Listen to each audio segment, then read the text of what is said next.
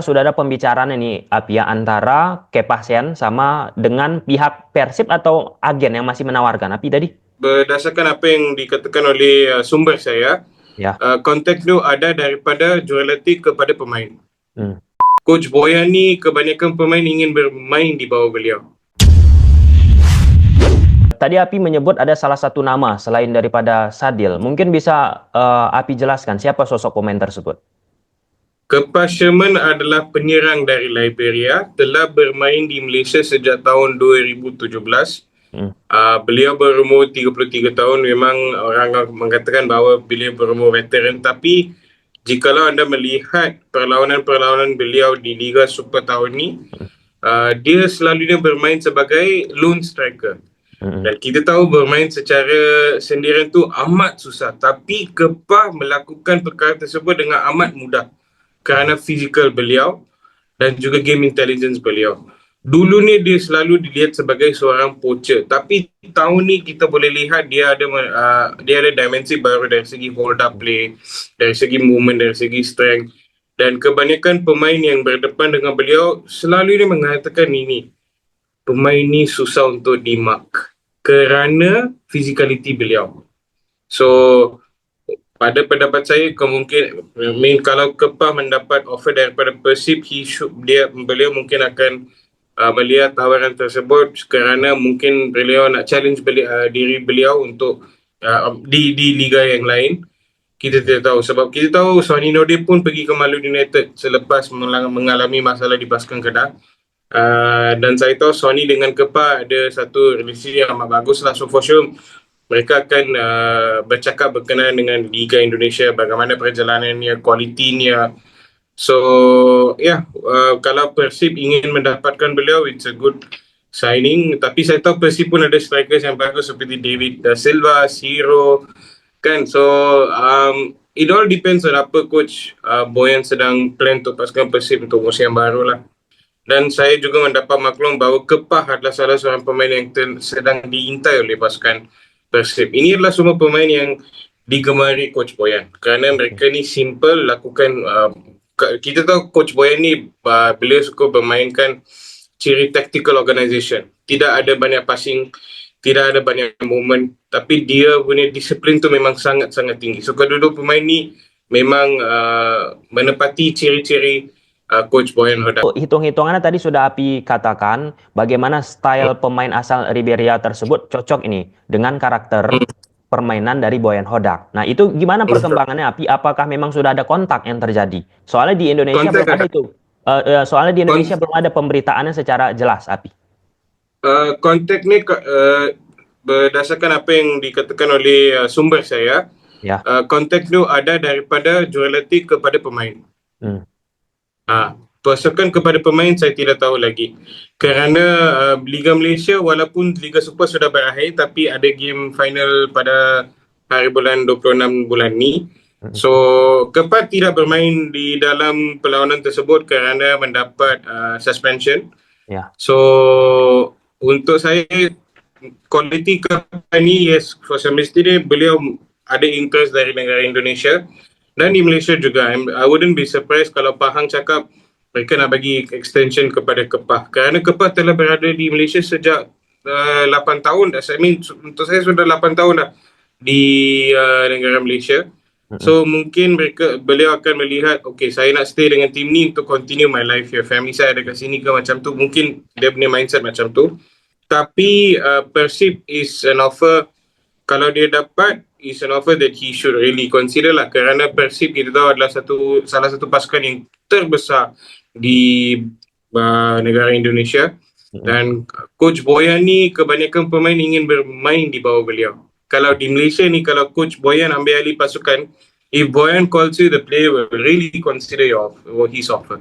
Kerana walaupun beliau mempunyai karakteristik yang amat garang ke apa ke, tapi off the field he's a general person actually. Coach Boyan. So I wouldn't be surprised lah kalau Kepa cakap saya nak join Coach Boyan di Persib. But at the moment it's just coach and player having discussions and so on.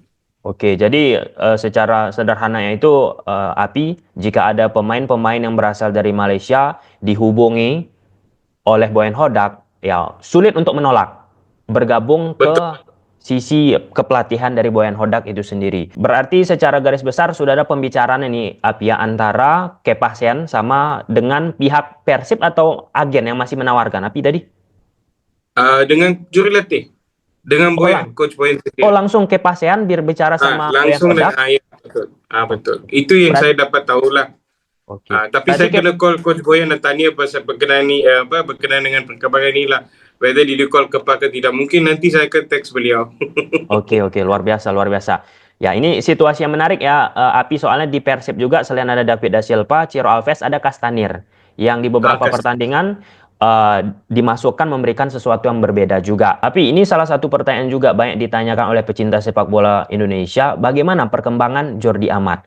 Nah, karena posisinya Jordi Amat salah satu pemain yang awal-awal lah bergabung menjadi pemain diaspora Indonesia dari top high quality liga, kemudian bergabung ke Liga Malaysia, dan kabarnya sekarang ini akan bergabung atau berpindah dari Liga Malaysia. Kalau informasi yang Api dapatkan, bagaimana perkembangan Jordi Amat itu? Stay di GDT atau what next? Setakat ni saya belum mendapat apa-apa update berkenaan dengan Jordi Amat. Saya hanya mendengar ura-ura daripada pendukung lain lah berkenaan dengan perkembangan beliau, mengatakan bahawa kemungkinan beliau akan pergi ke Indonesia.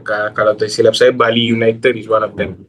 One of the clubs that is being linked, tapi belum dapat tahu lagi sebab kita di Malaysia ni untuk penetrate JDT ni, untuk mendapat informasi daripada JDT ni memang susah. Memang susah. Kerana management mempunyai satu silo yang amat bagus lah to ensure that this news doesn't go out and so on. Tapi Jordi Amat adalah salah seorang pemain yang berinfluential di pasukan JDT, mempunyai repo yang amat bagus dengan Tunku Mahkota Johor, iaitu Tunku Ismail Zultan Ibrahim, dan players pun suka beliau kerana dia seorang leader yang amat bagus. Tapi kebanyakan akan mengatakan umur beliau adalah satu faktor Ya, lah. Tapi betul. pada umur 33, saya merasakan bahawa di quality Liga Malaysia ni, whether it's the Malaysian League, Champions League, Indonesian League, he still has what it takes to be one of the top centre backs in the region untuk saya lah. Dan kita tahu di season dia ada struggle dengan injury semua, tapi he's not getting games again. So saya tidak akan rasa, I wouldn't be surprised jikalau beliau stay on dengan pasukan JDT, mengambil tampuk kepimpinan lebih kepada leadership role seperti apa yang diberikan kepada Najwa Insha. Tapi jikalau beliau mendapat offer di Liga Indonesia tu, I wouldn't be surprised lah. I know Indonesian clubs will surely want to sign a player of his caliber. And Jordi pun semestinya akan melihat umur beliau, minit beliau, dan juga appearances beliau di liga yang di mana beliau akan bermain lah.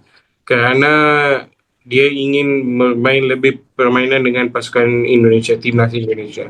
Betul, So betul, Api. dia pun tahu competition ni amat tinggi sekarang. Betul. Ya, ada Jay Itzes, ada pemain seperti Rizky Ridho, one of my favorite centre backs bro. Rizky, I love that guy. I wish kalau dia datang Liga Malaysia ni, I would want to watch his games. So, Kenapa, Api? Sangat suka dengan Rizky Ridho? passionate, fighter. Saya suka centre back yang mempunyai physicality. Malah beliau tinggi tapi kecil. Tapi kuat. Kuat, jiwanya kuat. Dia punya interception, tackling semua really padu. Dulu ada seorang pemain yang bernama Hansa Muyama. Beliau pun saya suka. Tapi form dia sudah drop. Rizky is like, I think 3 or 4 times better than Hansa Mu. Ya.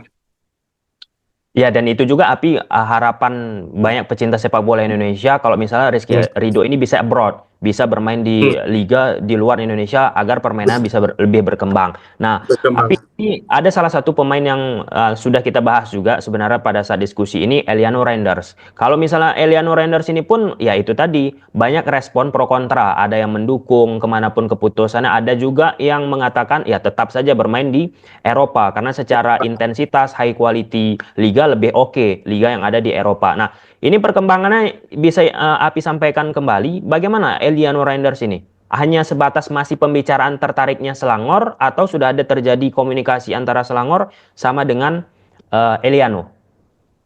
Saya merasakan ada komunikasi di dua-dua pihak dah. Oke. Ada komunikasi. Ada komunikasi. Ada. Sumber mengatakan ada komunikasi. Oke, berarti untuk keputusan finalnya kita tunggu beberapa waktu ke depan, seperti itu, Api? Betul, betul. Sebab sekarang kita tak boleh mengatakan beliau akan membuat keputusan yang immediate.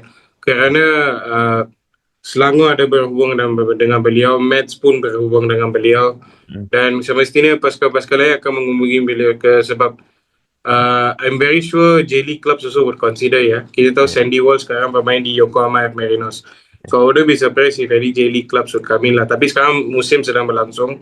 Mereka punya window lambat lagi kalau tak silap saya, or it would be following the European calendar as well. So itu juga harus dilihat. Dia For me, Eliano is a Eredivisie caliber player walaupun tidak mendapat permainan yang, minit permainan yang menyeluruh banyak tahun ni, tapi still remains interest in this region lah. So di Malaysia saya rasa Selangor is one of the clubs that is really keen on getting him on board lah untuk improve mereka punya midfield option, flank option.